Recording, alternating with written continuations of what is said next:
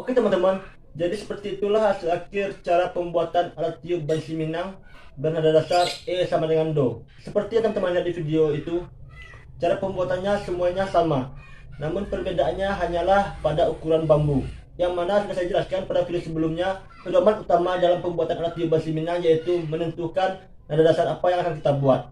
Karena menentukan nada dasar bansi apa yang akan kita buat juga menentukan ukuran bambu yang akan kita gunakan nantinya. Di sini bisa teman-teman lihat perbedaan antara bansi E sama dengan Do dan bansi D sama dengan Do yang saya buat pada video sebelumnya. Kalau kita lihat dari ukuran diameter bambunya, antara bansi E sama dengan Do dan bansi D sama dengan Do itu hampir sama.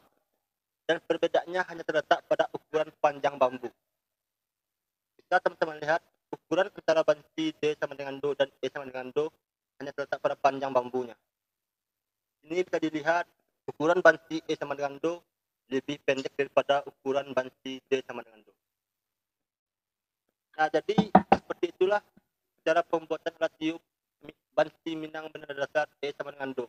Mungkin itu saja video pada kali ini.